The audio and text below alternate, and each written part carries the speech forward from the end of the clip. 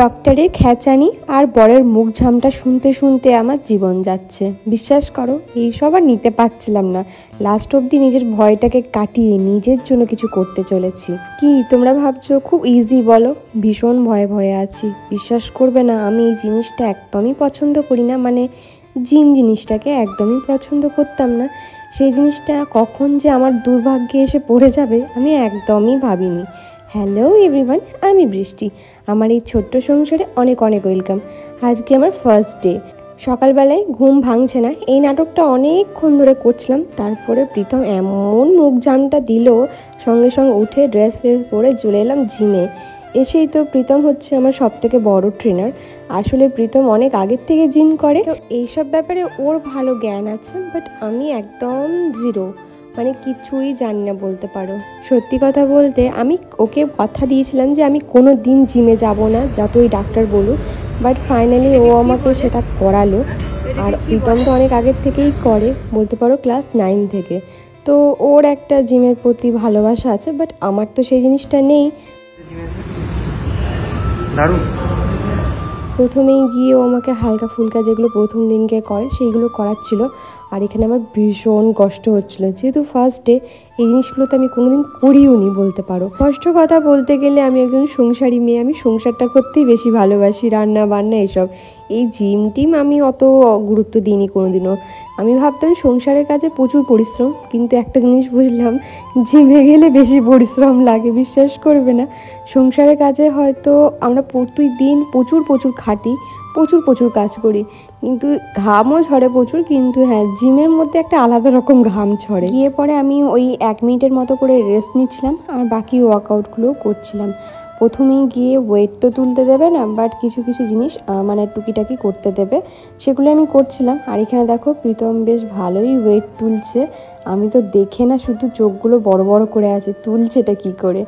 এখানে আমাকে যে যে এক্সারসাইজগুলো আমাদের জিম ট্রেনার করতে বলেছিল আমি সেগুলোই করছিলাম, যেহেতু আমার ফার্স্ট ডে। একদম হালকার উপর দিয়ে বসে বসে।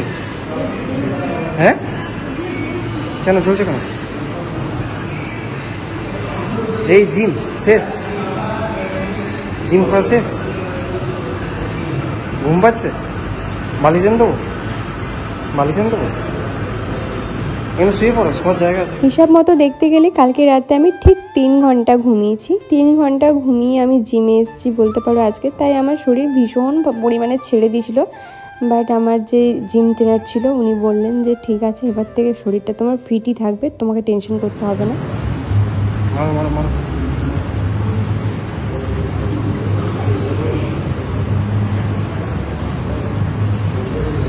মা,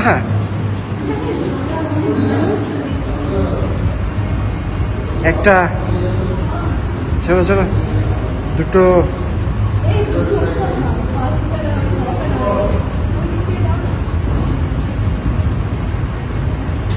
তিনটে, চারটে, পাঁচটা, ছটা, শেষ, ছটা, সাতটা, আটটা, নটা, এই 10টা, আর দুটো আর দুটো আর দুটো। হ্যাঁ,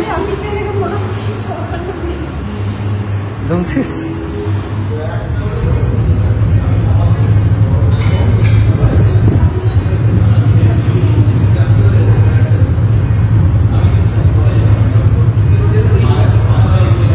বাস বাস, আর না, আর না।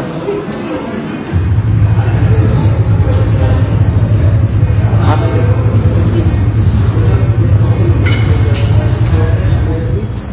এবার যাওয়ার জন্য ম্যাডাম রেডি।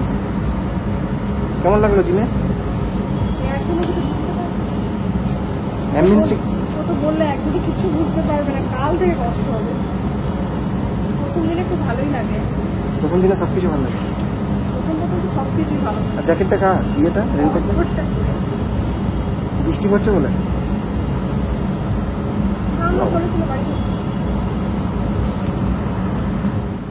বাড়িতে এসেই একটা হেভি খাবার খাবো, সেটা হচ্ছে আম, কলা, দই আর ওটস একসাথে মিক্সার গ্রাইন্ডারে গ্রাইন্ড করে ওটা খেয়ে নিয়েছি। বলতে পারো এটা স্মুদি, আমি অনেক আগের থেকে এটা খাই।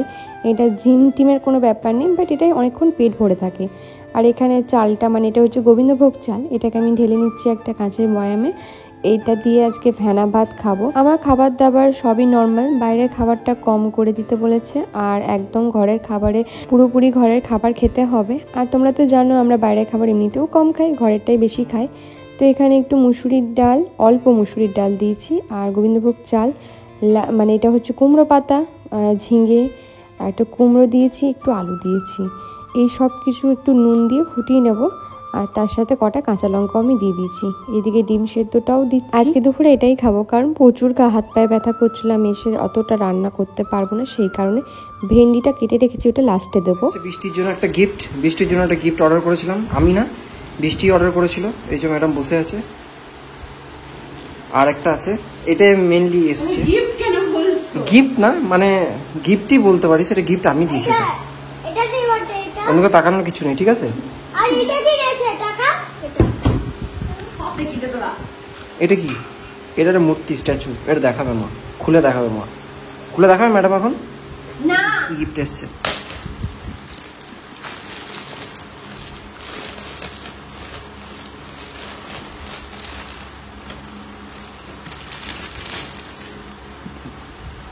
ফাইনালি একটা সোনার নেকলেস গিফট করলাম।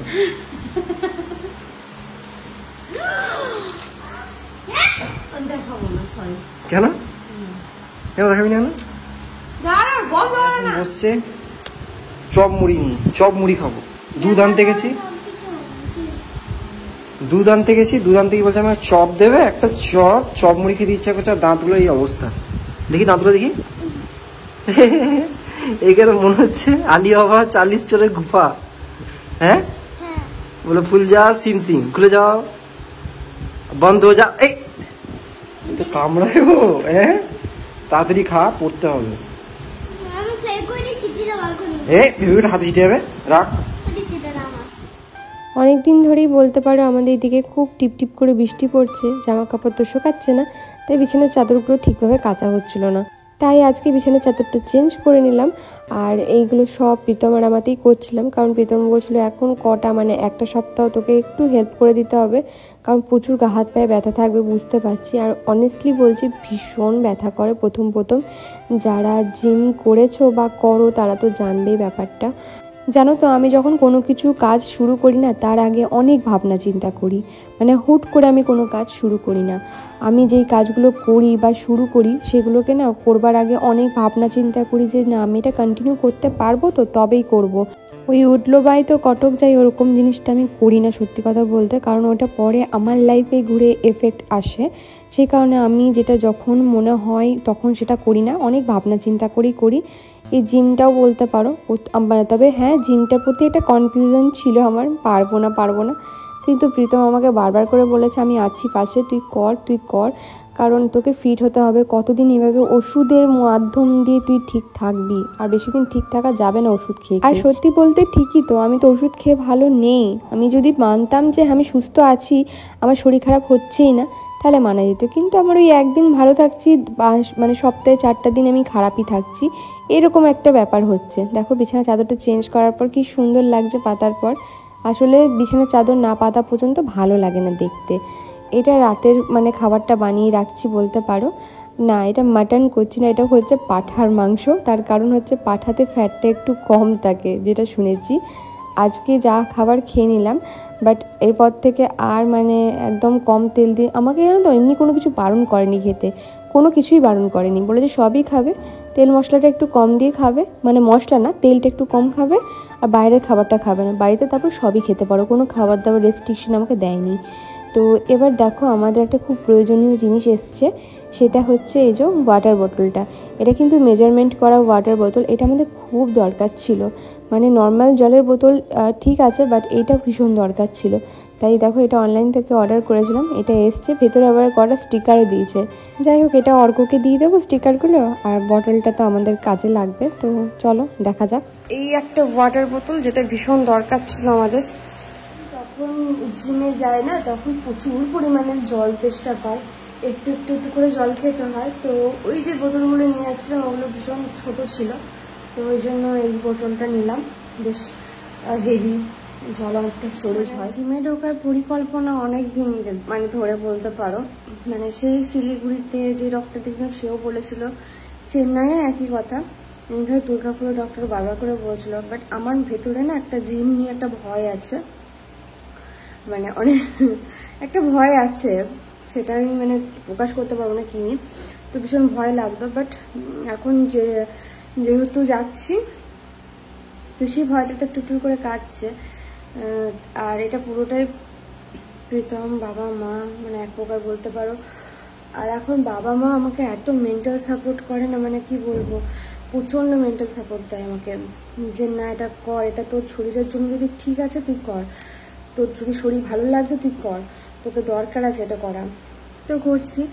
আগেই বলে দিচ্ছি, মানে আমি বডি বানাতে যাচ্ছি না বা কোনো কিছু করতে যাচ্ছি না, বাট আমার কিছু শরীরে একদমই ফিটনেস নেই, একদমই শরীরটা বলতে পারো, তুমি দেখতেই পাও যে একটু কথায় কথায় শুনতে পারো যে শরীর খারাপ হয়, এই হয় ওই হয়, হ্যান হয় ত্যান হয়।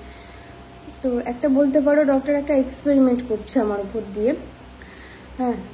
তো সেই এক্সপেরিমেন্টে যদি সাকসেসফুল হয় তাহলে তো খুবই ভালো, আমার জন্য তো ভীষণ ভালো একটা বলতে পারো একটা অপশন। দেখা যাক যদি হতে পারে। আর হ্যাঁ, সত্যি কথা বলতে নিজেও খুব ভালো ফিল করছি, বাট হ্যাঁ প্রচুর ব্যথা করছে গা হাত পায়ে, মানে বিশেষ করে এই ব্যাকে, মানে এই যে ঘাড়, হাত, এই যে ফোনটা ধরে আছি এইগুলো। কালকে তো, আজকে সকালে গেছিলাম, মানে কালকে তো প্রচুর, মানে বলতে পারো এই জাঙ্গে প্রচুর ব্যথা করেছে। তো ব্লগ আমি দেবো, প্রতিদিনই দেবো, বাট একটু একটু কম কম করে দেবো, চেষ্টা করব। আমি নতুন বলেছিলাম না তোমাদেরকে, আমি নিজের উপর দিয়ে কাজ করব, তো দেখা যাক নিজের মধ্যে দিয়ে কতটুকু কাজ করতে পারি বা কি করতে পারি, করতে পারলে তো ভালোই। বলো, এটাও জানি যারা আমাকে প্রচুর ভালোবাসো, তোমরা প্রচুর আমাকে, আমি জানি প্রচুর সাপোর্টও করবে, যে হ্যাঁ তুমি করো বৃষ্টি, কারণ এর আগেও প্রচুর করে এসছো, অনেক প্রার্থনাও করেছো আমার অসুস্থতা, তোমাদেরও কষ্ট লাগে আমাকে দেখলে।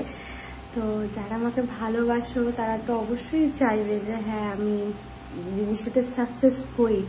তো দেখা যাক, তোমাদের ব্লেসিং আছে, তারপরে বাবা মা তো আছে পাশে, প্রীতম রয়েছে, অর্ক আছে, সবাই মিলে যদি কিছু একটা ওষুধ ছাড়া মেডিসিনটাকে এবার স্কিপ করতে চাই। আর মেডিসিন পাচ্ছি না, শরীরে প্রচুর মেডিসিন চলে গেছে, এরপর আর মেডিসিনটা নিতে পারছি না আমি, এটাই হচ্ছে সব থেকে বড় কথা। এরপর যদি মেডিসিন খাই না, আমি জাস্ট মানে আর পারবো না নিতে, এত মেডিসিন খেয়ে নিয়েছি আর এত সাইড এফেক্ট মেডিসিনের, মানে কিছু বলার নেই। তো চলো, আজকে ভিডিওটা এইটুকুখানি, ছোট করেই ভিডিও দিচ্ছি জানি, আর একদিন পরপর করে ভিডিও দিচ্ছি, বাট এবার থেকে প্রতিদিন দেওয়ার চেষ্টা করব। তো চলো, আজকের মতো ভিডিওটা এইটুকুখানি, সবাই ভালো থেকো, সুস্থ থেকো, সকলকে ভালো থেকো, টাটা।